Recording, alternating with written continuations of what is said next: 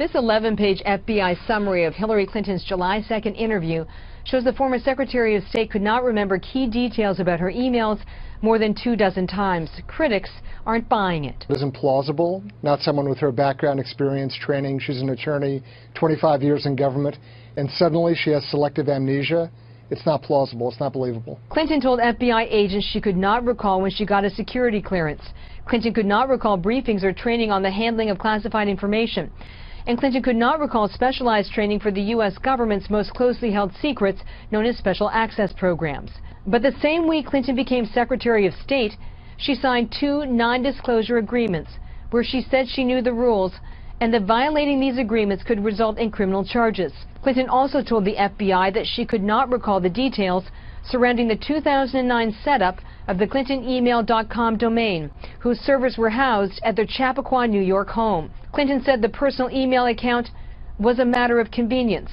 FBI agents do not appear to press Clinton on the issue, further reinforcing Republican criticism of the FBI director and the investigation. Remember, James Comey said she was not indicted because he didn't have sufficient evidence on the issue of intent. She said she did it for convenience, but I didn't see the follow-up questions in the interview I read. The heavily redacted FBI summary also shows Clinton was questioned about the 22 top-secret emails too damaging to release for national security reasons, and that questioning included the drone campaign as well as human spying for CIA programs. Tucker? Catherine Harris. Thanks, Catherine. Well, here with reaction from our Republican presidential candidates, Governor Mike Huckabee of Arkansas and Dr. Ben Carson. It is great to see you both. Dr. Carson, first to you.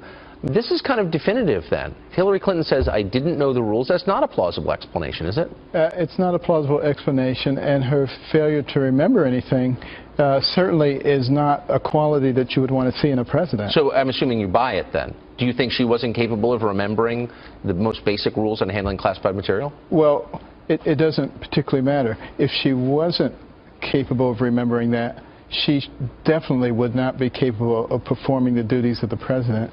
And if she is lying about it, then that disqualifies her too. I think she's disqualified either way you look at it. So, Governor Huckabee, just take 3 steps back. We're finding out about this from the FBI on the afternoon of Labor Day weekend, on a Friday, on a holiday weekend. This is a classic way to bury news that you think is going to be damaging to the principal. The FBI is not a political organization, but this move suggests they're acting for political reasons. Do you think that's true? And if so, how discouraging is that for a law enforcement agency to help a political campaign? Well, the FBI has always been above and beyond the political ramifications. It's one of the reasons that most Americans have an incredibly high respect for the FBI. This hurts the FBI's reputation, hurts James Comey's reputation, but most of all, it damages Hillary Clinton. I mean, for her to claim that she has less memory about what she was briefed on than Jason Bourne knew about his past identity is just not realistic. And I agree with Ben Carson. If she really doesn't remember fundamental facts of national security like this, then she has no business being sworn in as president, and we need to make sure the American people don't make what could be an incredibly irrevocable mistake. So, Dr. Carson, these 60 pages suggest more stories to come in this way. You have Hillary Clinton in the FBI's account losing somehow 13 different PDAs, some cell phones. You have her using her device in foreign countries. You have her with a SCIF, which is supposed to be a bug-proof room in her house and office that is not secure. This suggests that she was more vulnerable even than we knew to attacks by foreign intelligence agencies. Do you think we're going to be hearing that story before Election Day? I hope so, but here's the other thing that we have to consider. Because she had such vital information in such insecure places, I think probably the Chinese, the Russians, and some others probably have some of that information. Now, what would it be like to have a president who could be blackmailed by other nations because they have information that she doesn't want to come out? Well, that is the question. That is absolutely the question. And I think it's a major concern for the intelligence agencies in this country. Governor Huckabee, tell us, I mean, you, of course, are from Arkansas. You were 3-term governor of Arkansas. You know the Clintons very well. They're smart people. They try to cover all the bases. They're paranoid. They're aware of their public perception. Why would Mrs. Clinton behave in a manner this reckless? What would motivate her to do that? Because for so long, Tucker, she and her husband have gotten away with living by a different set of rules than everybody else. You know, we remember back in 2008, the big banks were protected because they were too big to fail. And I think what we have is a Hillary Clinton who thinks she's too big to jail. She thinks that these rules that apply to everybody else in government are for them, for the little people, but not for her. And that's very troubling. And this is not a political issue. I know it's going to sound like it, and coming from me, look, I don't pretend that I'm nonpartisan. I'm very partisan. I have a very particular point of view. But try to look at this objectively. And let's remember that she said, well, she only had one device. Now we know she got rid of 13 different devices.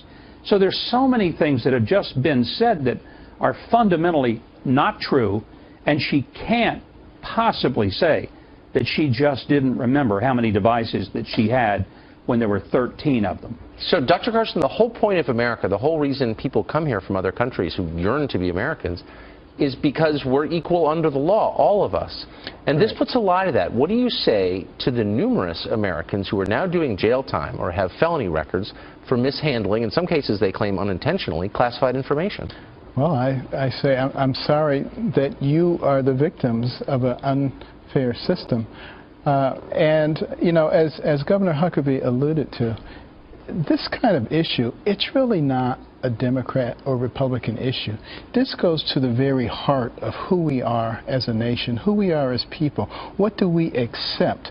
What kinds of leaders do we want to put up in front of our children as examples? If we put somebody up who lies as easily as they breathe, and this is our greatest role model, what can we expect from the next generation of Americans? Well, that's a deep question. I mean, Governor Huckabee, I don't think Hillary Clinton is the worst person in the world at all, but I think that this behavior is clearly unacceptable. There's no defending it at all, and yet Democrats are defending it.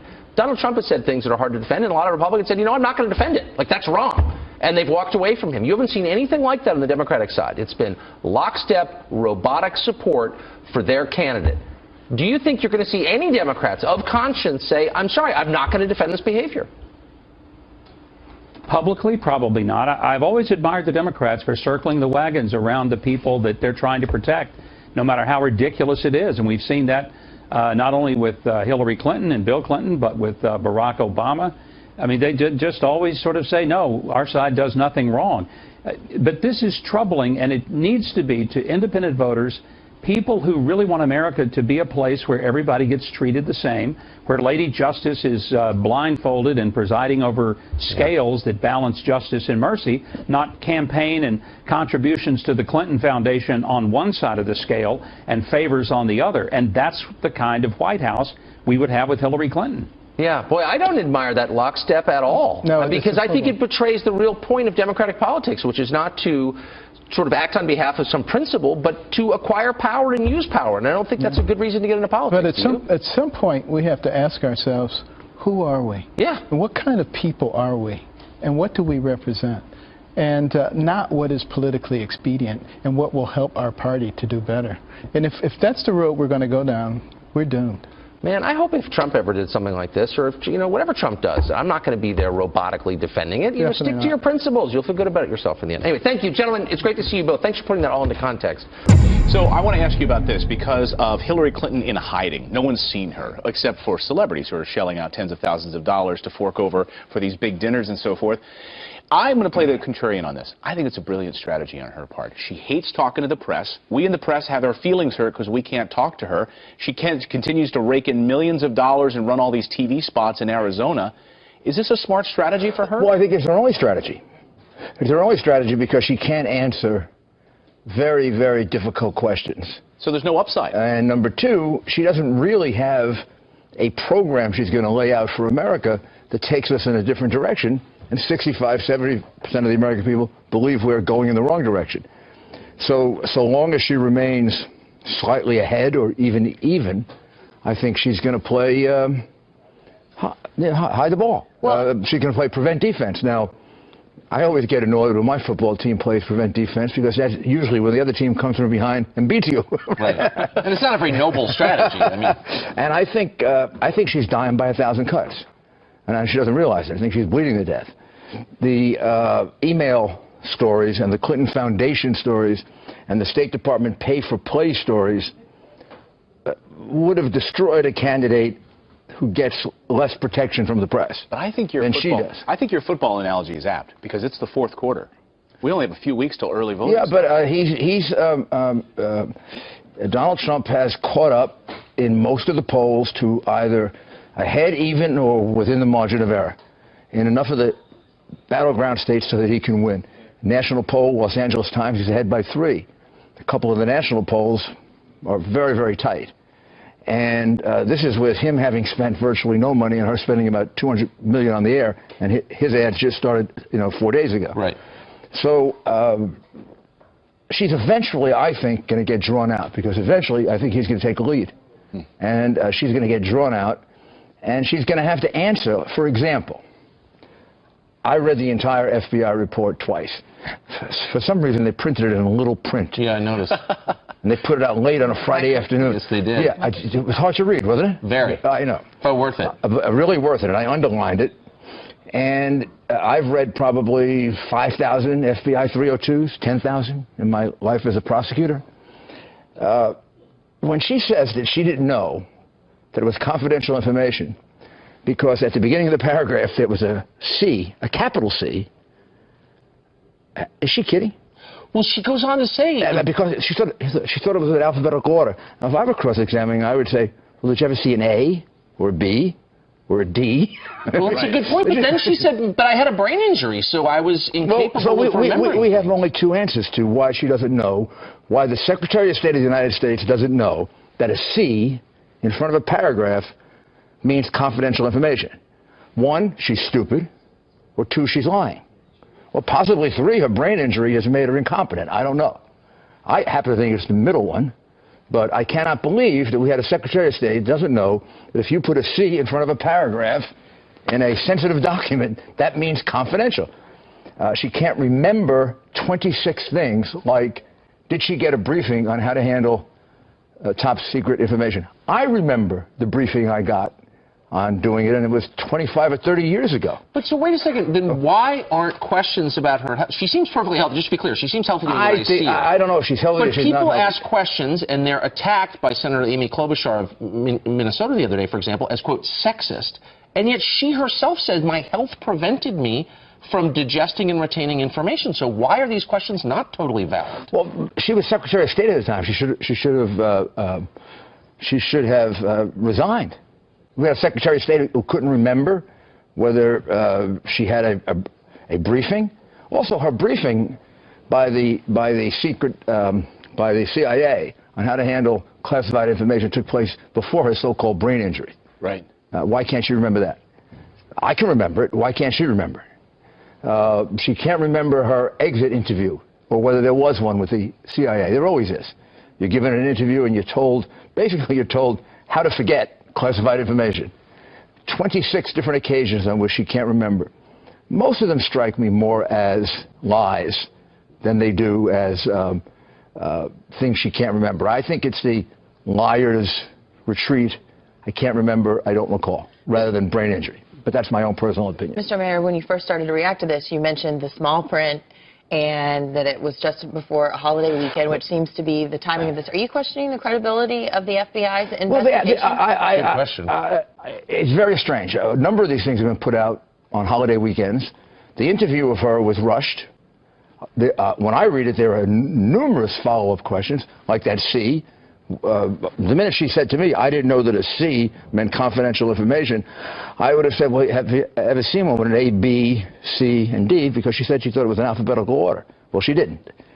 And then I would have said, well, what's wrong with you? If you didn't know the basics of classified information, how could you possibly have been our Secretary of State? And how can you possibly be our president? She lied completely about having turned over all her emails. She didn't turn over thousands of emails. We're not talking about 3 or 4. We're talking about thousands. She lied completely about the fact that the emails she didn't turn over, she said they didn't contain any confidential or classified information.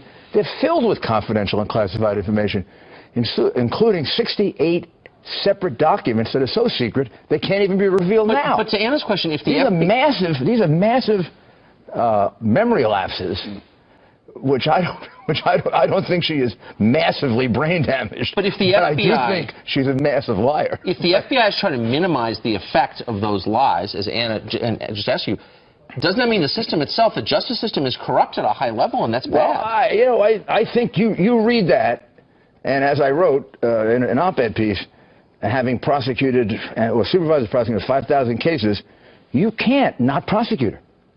I mean, that report yells out for a prosecution. I mean, she violated so many laws, obstruction of justice.